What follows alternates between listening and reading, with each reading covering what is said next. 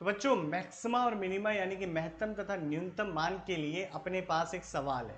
इस सवाल से सीखेंगे कि किस तरीके से करना चाहिए हमें, कैसे फाइंड करना चाहिए हमें डिफरेंशिएशन, और साथ ही साथ ये भी सीख जाएंगे, डिफरेंशिएशन सीख चुके हैं, मैक्सिमा एंड मिनिमम वैल्यू कैसे कैलकुलेट करें बाय यूजिंग द डिफरेंशिएशन, यानी कि अवकलन का प्रयोग करते हुए किसी भी फलन का महत्तम तथा न्यूनतम मान कैसे ज्ञात करें सीखेंगे। फटाफट कॉपी पेन लेके बैठ जाओ और चैनल में सब्सक्राइब कर लो अगर यार नहीं करा है अभी तक तो, ठीक है, क्योंकि हमें बहुत कुछ सीखना है। बहुत सारे लेटेस्ट वीडियो के नोटिफिकेशन आपको तभी मिलेंगे जब आप चैनल को सब्सक्राइब करोगे, ठीक है। तो पूरी की पूरी मैं सीरीज बनाऊंगा, आप लोगों का साथ चाहिए मुझे, जितने ज़्यादा आप लोग मेरी हेल्प करोगे उतना मेरा मोटिवेशन बढ़ेगा। चलिए आइए देखते हैं। तो बेटा बहुत आसान है, सबसे पहले क्या स्टेप बताया, डिफरेंशिएशन कर दो विद रिस्पेक्ट टू एक्स। कैसे करेंगे, 1/3 तो नियतांक है, तो 3 क्या यही होगा, आप लोग बताइएगा इसका क्या होगा, 2x 6 और 0। अगर अभी भी किसी को डिफरेंशिएशन करने में प्रॉब्लम है, वीडियो को देख लो, वीडियो को देख लेना प्रीवियस वाली, सब समझ में आ जाएगा। तो देखो क्या होगा, तो मैंने बताया ना आपको, सबसे पहले dy/dx निकाल लो, इसकी वैल्यू कितनी आएगी, देखो ये आ गया x² माइनस, ये 2 से 2 कैंसिल हो गया, 5x + 6। अब सेकंड डेरिवेटिव फाइंड करिए, d2y/dx², यानी कि इसी का दोबारा क्या कर दीजिए डिफरेंशिएशन। तो x² का क्या हो गया 2x, 5x का क्या हो गया -5, तो 2x - 5 आ गया।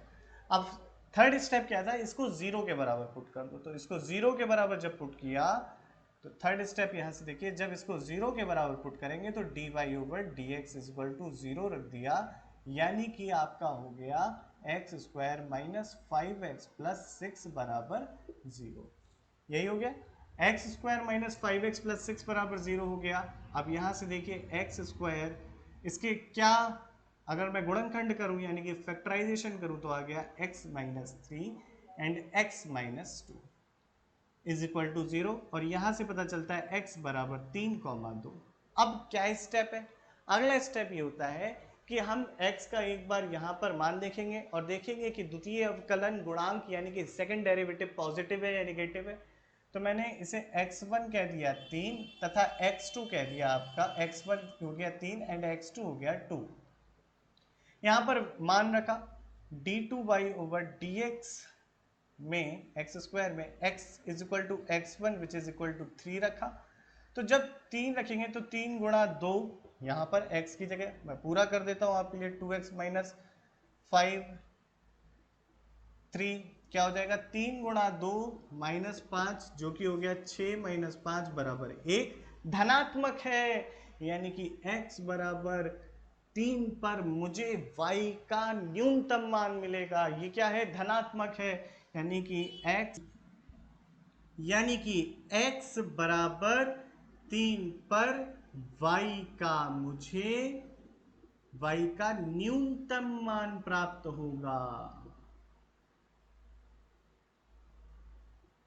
है ना, बात समझ में आती है, बहुत आसान है, कोई दिक्कत की बात नहीं है, सिंपल है, ठीक है। अब देखो क्या बचा, x बराबर 2, x2 पर देखते हैं, तो यहां पे करके देख लेते हैं, यहां पर जगह है थोड़ी, देखो ध्यान से, जब मैं d2y/dx² में रखता हूं x बराबर 2, तो एट x = 2 क्या आएगा, 2 गुणा 2 माइनस का 5 जो कि हो गया 4 - 5 बराबर कितना, माइनस का 1। सेकेंड डेरिवेटिव आपका हो गया माइनस का 1, तो यानी कि x बराबर 2 पर y का महत्तम मैक्सिमम मान प्राप्त होगा,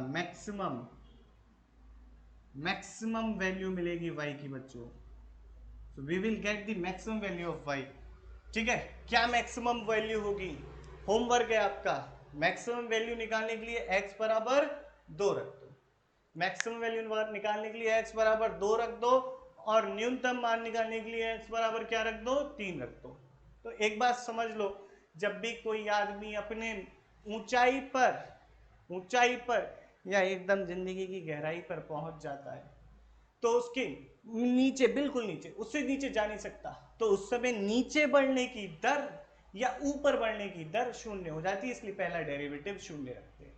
ध्यान से समझना, ऐसे ही याद रखना जैसे मैंने बोला, जब आदमी अपनी जिंदगी की महत्तम ऊंचाई, इससे ज्यादा ऊंचा नहीं जा सकता, तो उसके ऊपर बढ़ने की दर शून्य हो जाएगी, और अगर न्यूनतम पे है तो नीचे गिरने की दर शून्य हो जाएगी, तो dy ओवर dx 0 रख दो। अब अगर वो दर घटने लगे तो नेगेटिव, अगर वो दर बढ़ने की दर घटने लगे तो नेगेटिव, और नेगेटिव पे हमें क्या मिल रहा होता है, मैक्सिमा मिल रहा होता है। और अगर वो दर बढ़ने लगे, अगर उसके ऊपर उठने की दर बढ़ने लगे, तो वो क्या हो गया, वहां पर आपको मिल जाएगा मिनिमा।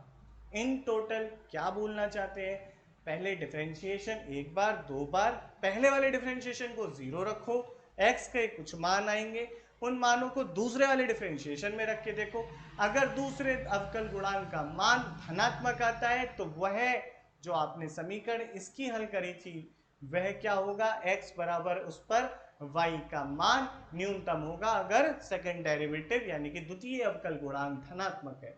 अगर द्वितीय अवकल गुणांक ऋणात्मक है तो y का उस x के मान के लिए क्या होगा, मैक्सिमम वैल्यू होगी। ठीक है, बहुत आसान है, कुल मिला के समझ में आता है। स्टेप 1 से एक बार क्वेश्चन देख ले फिर से। तो सबसे पहले डिफरेंशिएशन एक बार, दो बार, जीरो रखा, x की दो मान आए, समीकरण के हिसाब से 2 से 3 भी आ सकते हैं, जो भी आएंगे देख लेना आप लोग। फिर द्वितीय डेरिवेटिव, सेकंड डेरिवेटिव यानी कि द्वितीय आपका अवकल गुणांक में x का एक मान रखा, क्या पाया, धनात्मक आया, y का न्यूनतम मान होगा यानी कि x बराबर 3 पर। जब 2 रखा, क्या पाया, ऋणात्मक पाया, तो x बराबर 2 पर y का महत्तम मान होगा। आपका यही घर से काम है कि कौन सा महत्तम मान होगा और कौन सा न्यूनतम मान होगा y का, आप लोग गणना करें और मुझे बताएं। किस में बताओगे, कमेंट में टाइप करके। किसी भी प्रकार का कोई भी डाउट हो बताइएगा। मुझे लगता है कि शायद आप लोग सीख गए होंगे कि किस तरीके से निकालते हम किसी फंक्शन की मैक्सिमम एंड मिनिमम वैल्यू। कुछ और क्वेश्चन करेंगे, समझ में ज़्यादा अच्छे से आएगा, फिजिक्स में कैसे अप्लाई करना है सीखते हैं।